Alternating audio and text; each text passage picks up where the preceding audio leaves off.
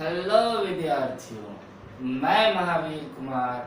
स्वागत है आप सभी का कंसेप्ट ऑफ केमिस्ट्री क्लासेस में। मैं आज फिजिक्स का एक टॉपिक लेकर आया हूँ, एक चैप्टर लेकर आया हूँ, जिस चैप्टर का नाम है प्रकाश का परावर्तन, reflection of light. Reflection of light, प्रकाश का परावर्तन में सबसे पहले हम सीखेंगे प्रकाश क्या है। प्रकाश का डिफिनीशन जानेंगे, प्रकाश किसका रूप होता है, प्रकाश कैसी रेखा कैसी चलती है, यह हम सीखेंगे। तो हम लोग देर नहीं करते हुए सीधे चलते हैं टॉपिक की ओर। प्रकाश प्रकाश प्रकाश को इंग्लिश में बोलते हैं लाइट, और हमें किसी वस्तु को देखने के लिए आंख के अतिरिक्त प्रकाश का होना अति आवश्यक है। यदि प्रकाश नहीं होगा तो हम उस वस्तु को स्पष्ट रूप से नहीं देख सकते हैं। तो प्रकाश एक कारक हुआ, एक यूनिट हुआ, एक इकाई हुआ, जिसकी सहायता से हम किसी वस्तु को देखेंगे। प्रकाश, तो इसको कैसे परिभाषित करेंगे, गौर कीजिए। प्रकाश एक कारक है जिसकी सहायता से हम किसी वस्तु को देख सकते हैं। कैसे परिभाषित करेंगे, गौर कीजिएगा।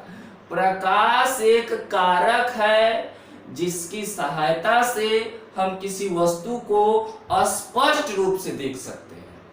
प्रकाश एक कारक है जिसकी सहायता से हम किसी वस्तु को स्पष्ट रूप से देख सकते हैं। यह प्रकाश का परिभाषा हुआ, यह डिफिनीशन हुआ। और कोई यदि हमसे डिफिनीशन पूछे तो हम यही डिफिनीशन देंगे। सेकेंड पॉइंट लिखा है, प्रकाश एक ऊर्जा का स्रोत है। प्रकाश एक ऊर्जा का स्रोत है। हम आपसे पूछते हैं कैसे है, हमें बताइए क्यों है ऊर्जा का स्रोत। तो देखिए, हम आपको बताते हैं कि लालटेन, लैंप, मोमबत्ती आदि जैसे वस्तु को जब हम केरोसिन तेल उसमें डालकर जलाते हैं तो केरोसिन तेल अर्थात रासायनिक ऊर्जा किस ऊर्जा में बदल जाती है, प्रकाश ऊर्जा में बदल जाती है। रासायनिक ऊर्जा किस ऊर्जा में बदली, प्रकाश ऊर्जा में। पुनः हम लोग लैंप बल्ब जलाते हैं, ट्यूबलाइट जलाते हैं, तो यह इलेक्ट्रिक एनर्जी विद्युत ऊर्जा को किस ऊर्जा में बदलती है, प्रकाश ऊर्जा में बदलती है। अर्थात हम कह सकते हैं कि प्रकाश एक ऊर्जा का स्रोत है।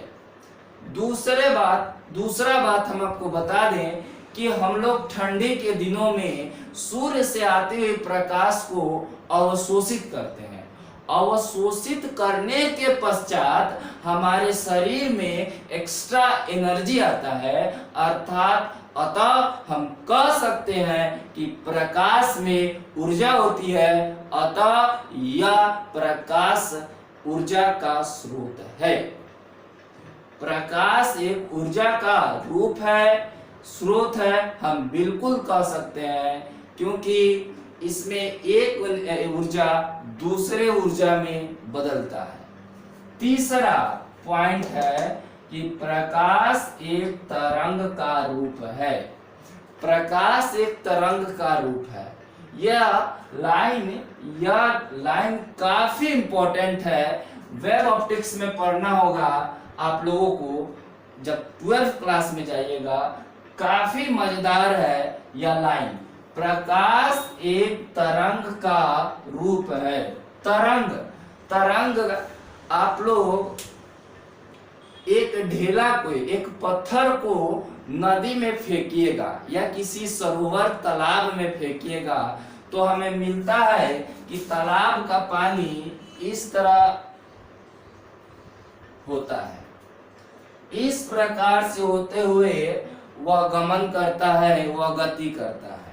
या फिर हम किसी रस्सी को यदि इस तरह पकड़ के करें तो देखिएगा, गौर कीजिएगा, पहले ऐसे होता है रस्सी, और इसके बीच का जो डिस्टेंस है वह जितना दूर होता है वह कम होते जाता है। आप देख सकते हैं यहां इसका डिस्टेंस ज्यादा है, यहां इसका डिस्टेंस कम है, फिर यहां इसके अपेक्षा कम है, फिर यहां इसके अपेक्षा ज्यादा है, या फिर यहां बोल सकते हैं इसके अपेक्षा यह कम है। आ रहा है समझ में?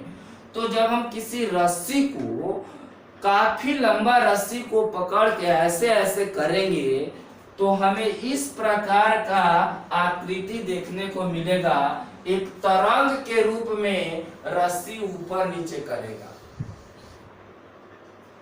तो हम लोग यह देखते हैं कि यहाँ जो डिस्टेंस ज्यादा होता है फिर आगे, और इस डिस्टेंस को आवृत्ति बोलते हैं, फ्रीक्वेंसी बोलते हैं। तो यह 12th क्लास में पढ़ना है, लेकिन मैट्रिक क्लास में ऑब्जेक्टिव प्रश्न उठा देता है कि प्रकाश एक डैश डैश का रूप है, और नीचे दे देगा तरंग का। तो आपको ऑप्शन में मारना क्या है? तरंग। प्रकाश एक तरंग का रूप है, वेव फॉर्म में रहता है प्रकाश।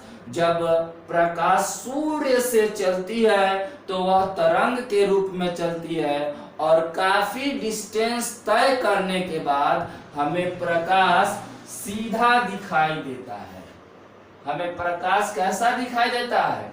सीधा दिखाई देता है, बिल्कुल सीधा।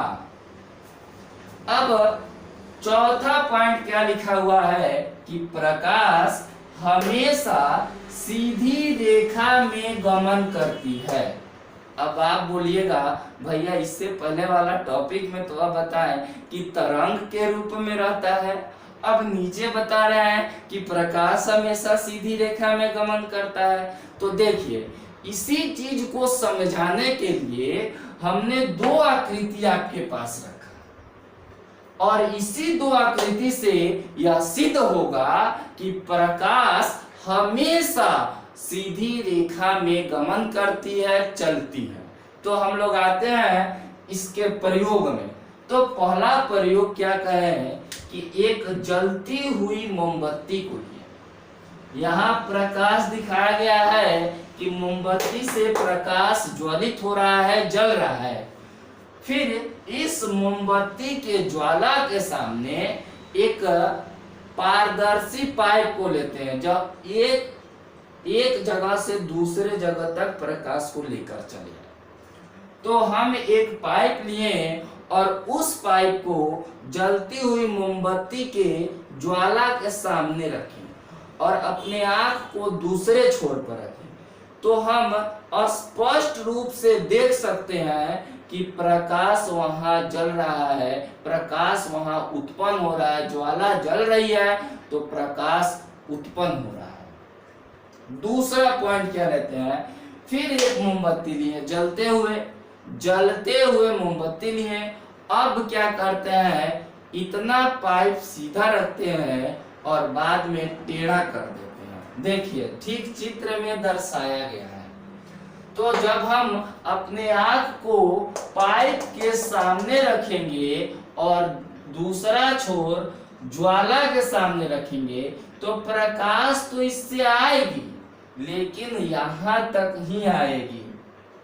आप लोग प्रयोग करके देख सकते हैं कि बिल्कुल यहां तक ही आएगी। हो सकता है प्रकाश का कुछ अंश यहां दिखाई पड़े, परंतु यहां तक नहीं आ सकती है। अतः हम कह सकते हैं कि प्रकाश हमेशा सीधी रेखा में गमन करती है। प्रकाश हमेशा सीधी रेखा में गमन करती है। तो हमसे ऑब्जेक्टिव पूछता है प्रकाश डैश डैश रेखा में गमन करती है, तो कैसी रेखा में गमन करती है? सीधी रेखा में। बिल्कुल आसान है, रटना नहीं है। जो भी फंडामेंटल होगा हम आपको बताएंगे। मेरा चैनल का ही नाम है कंसेप्ट, और कंसेप्ट आपको भरपूर देंगे। यदि आप लोग नोट्स बनाना चाहते हैं तो वीडियो को पॉज कर लें और पॉज करके नोट्स बना लें, और इसे यदि एक बार में समझ में ना आए तो फिर बैक कर लीजिए वीडियो को और फिर से देखिए, 100% आपको समझ में आएगा। बहुत अच्छा कंसेप्ट दे रहा है। अब हम लोग आ रहे हैं प्रकाश का स्रोत। प्रकाश का स्रोत मतलब किस किस से हमें प्रकाश मिल सकता है, किस वस्तु से हमें प्रकाश मिल सकता है। तो आप जरा गौर कीजिएगा, सूर्य से हमें प्रकाश मिल सकता है, मिलेगा। उसके बाद में तारा से हमें प्रकाश मिलता है, उसके बाद चांद से हमें प्रकाश मिलता है, उसके बाद लैंप से मिलता है, लालटेन से मिलता है, टॉर्च से मिलता है, और क्या कह सकते हैं, टॉर्च, लालटेन, लैंप, दिया से मिल सकता है। ऐसे अन्य तरह की चीज है जिससे प्रकाश हमें मिल सकता है। तो अब जरा गौर कीजिए, क्या लालटेन को प्रकृति बनाया है? नहीं बनाया है, इसे मनुष्य ने बनाया है। सूर्य को मनुष्य ने बनाया है या प्रकृति ने प्रदान किया है? तो प्रकृति ने प्रदान किया है। तो इस प्रकार हम देख सकते हैं कि स्रोत जो है दो तरह का हो रहा है, एक प्राकृतिक प्रकाश स्रोत और दूसरा मानव निर्मित प्रकाश स्रोत। एक जो हमें प्रकृति प्रदान किया है और दूसरा जो हमने खुद बनाया। तो प्रकाश स्रोत को हम कैसे परिभाषित करेंगे? तो प्रकाश स्रोत को हम लोग कहेंगे, जिस वस्तु से प्रकाश निकलती है उसे प्रकाश स्रोत कहेंगे। जिससे भी प्रकाश निकले, जिस वस्तु से प्रकाश निकले उसे हम प्रकाश स्रोत कहेंगे। जिस वस्तु से प्रकाश स्रोत निकलती है उसे प्रकाश स्रोत कहते हैं। तो प्रकाश स्रोत दो तरह के होते हैं, एक प्राकृतिक प्रकाश स्रोत और दूसरा मानव निर्मित प्रकाश स्रोत। सोर्स ऑफ लाइट कितने टाइप्स के होते हैं? There are two types, natural source of light and artificial source of light, या man made source of light बोल सकते हैं। नेचुरल सोर्स ऑफ लाइट में एग्जांपल में क्या है? सन, सूर्य, स्टार, तारा, उसके बाद मून, चांद या प्राकृतिक प्रकाश स्रोत है। इसमें देखते हैं मोमबत्ती, कैंडल, मोमबत्ती, कैंडल बोलते हैं इंग्लिश में। उसके बाद लैंप, उसके बाद लालटेन,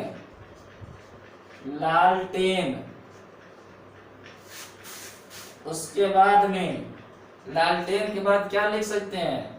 टॉर्च,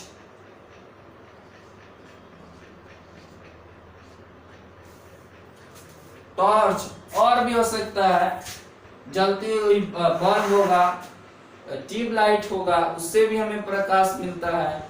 तो अन्य क्या फैन से मिलता है क्या? नहीं, फैन से नहीं मिलता है, वह प्रकाश का स्रोत नहीं है। जलती हुई बल्ब से हमें प्रकाश मिलता है, अर्थात वह प्रकाश स्रोत हुआ। ट्यूब लाइट से हमें मिलता है, अर्थात वह प्रकाश स्रोत हुआ। अब हम इसे प्राकृतिक प्रकाश स्रोत को कैसे परिभाषित करेंगे, कैसे डिफाइन करेंगे, कैसे इसका डिफिनीशन देंगे? तो प्रकृति के द्वारा प्रदान किए गए प्रकाश स्रोत को प्राकृतिक प्रकाश स्रोत कहते हैं। प्रकृति के द्वारा प्रदान किए गए प्रकाश स्रोत को प्राकृतिक प्रकाश स्रोत कहते हैं। और मानव निर्मित प्रकाश स्रोत किसे कहते हैं? तो मानव के द्वारा निर्मित किए गए प्रकाश स्रोत को मानव निर्मित प्रकाश स्रोत कहते हैं। मानव के द्वारा बनाए गए प्रकाश स्रोत को मानव निर्मित प्रकाश स्रोत कहते हैं। तो इस प्रकार हमने प्रकाश स्रोत सीखा। अब हम लोग चलते हैं कि प्रकाश के दृष्टि से वस्तु कितने प्रकार के होते हैं। तो आप इस वीडियो को पॉज करके नोट्स बना सकते हैं। आगे हम लोग चलते हैं वस्तु प्रकाश की दृष्टि से कितने प्रकार के होते हैं। प्रकाश के दृष्टि से वस्तु दो प्रकार के होते हैं, प्रदीप्त वस्तु और अप्रदीप्त वस्तु। प्रदीप्त वस्तु का दूसरा नाम दीप्तिमान वस्तु और अप्रदीप्त वस्तु का दूसरा नाम अदीप्तिमान वस्तु। यदि आपसे कोई पूछे प्रदीप्त वस्तु किसे कहते हैं या फिर पूछ दे दीप्तिमान वस्तु किसे कहते हैं, तो दोनों बात एक है। आप बिल्कुल घबराइएगा नहीं। या फिर आपसे कोई पूछ दे अप्रदीप्त वस्तु किसे कहते हैं या अदीप्तिमान वस्तु किसे कहते हैं, दोनों बात एक ही है। इसे हम कैसे परिभाषित करेंगे, तो प्रदीप्त वस्तु दीप्तमान वस्तु, तो जिसका अपना प्रकाश हो। तो अपना प्रकाश किसका है? सूर्य का, सन का अपना प्रकाश है, तारा का अपना प्रकाश है। चांद का अपना प्रकाश नहीं होता है, ये बिल्कुल गौर कीजिएगा। मून का अपना प्रकाश नहीं होता है। यहाँ जलती हुई मोमबत्ती हो सकती है, जलती हुई मोमबत्ती,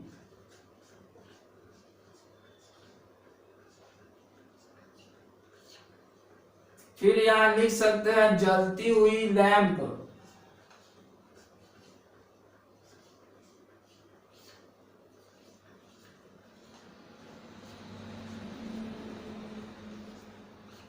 जलती हुई लालटेन,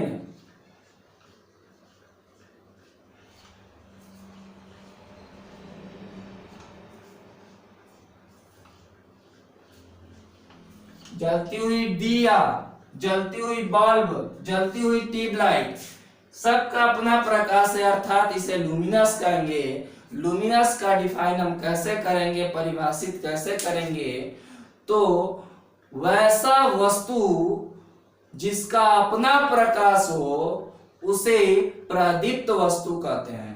वैसा वस्तु जिसका अपना प्रकाश हो उसे प्रदीप्त वस्तु कहते हैं। मेरे बात को गौर से सुनिएगा, आपको वीडियो देखते ही याद हो जाएगा।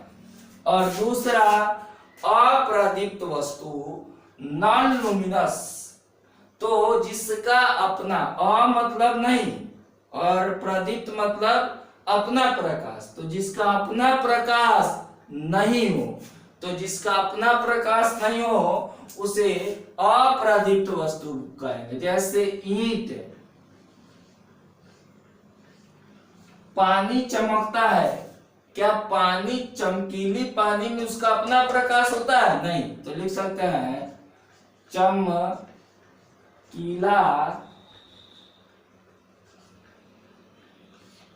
चमकीला पानी, उसका अपना प्रकाश नहीं होता है, कभी नहीं होगा। कभी कभी दीवार भी चमकता है, तो क्या उसका अपना प्रकाश होता है? नहीं होता है। उसके बाद में आप लिख सकते हैं टेबल। उसके बाद आप लिख सकते हैं चांद, और इस पे आप VVI लगाइए। मोस्ट इंपोर्टेंट, सबसे ज्यादा पूछने वाला क्वेश्चन यही होता है कि चांद प्रदीप्त है या अप्रदीप्त है। तो चांद अप्रदीप्त है। चांद क्या है? अपरिदीप्त है। चांद जो है अप्रदीप्त वस्तु होता है। अब चलते हैं प्रकीर्णन की ओर। तो प्रकीर्णन स्कैटरिंग एक टॉपिक है। इससे हम यह सीखेंगे कि जब प्रकाश सीधे हमारे घर तक नहीं पहुंच पाता है, किसी घर के कोने तक नहीं पहुंच पाता है, फिर भी वह वस्तु हमें दिखाई देता है। ऐसा क्यों? जैसे प्रकाश हमारे आंगन तक पहुंचता है, परंतु घर में क्या पहुंच पाता है? नहीं, फिर भी वह वस्तु हमें दिखाई देती है। किसी बालकनी में कहीं अपने घर के कोना में कोई वस्तु रखा हो और उस पर सीधा प्रकाश नहीं पड़ता है, फिर भी वह वस्तु हमें दिखाई देता है। ऐसा क्यों? तो चूंकि हम लोग जानते हैं वायुमंडल में अनेक धूल कण क्या होते हैं? गमन करते रहते हैं।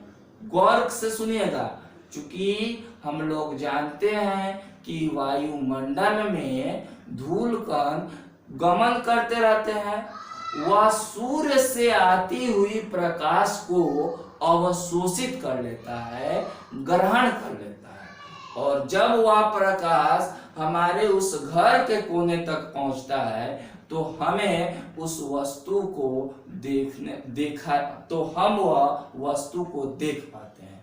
आप देखिएगा, यदि कोई घर के दीवार में 2 छिद्र हो तो उससे लाइट आता है, प्रकाश, सूर्य से जो प्रकाश आता है वो आता है।